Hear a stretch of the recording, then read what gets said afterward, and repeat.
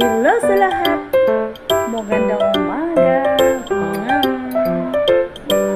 Hello mga friends! Hello! Kumusta kayo dyan? Sana nasa mabuti kayong kalagayan at good health. Always pray to God. Ayan. Ngayon naman, mag-aalas 12 na. Iisipin ko naman kung ano kaya ang uulamin namin mamaya. Oh my God, yan ang laging iniisip ko. Kung ano ba ang mauulam namin. Baka mapunta naman ako nito sa tuyo. Tuyo. Kaya natutuyo ang ating utak.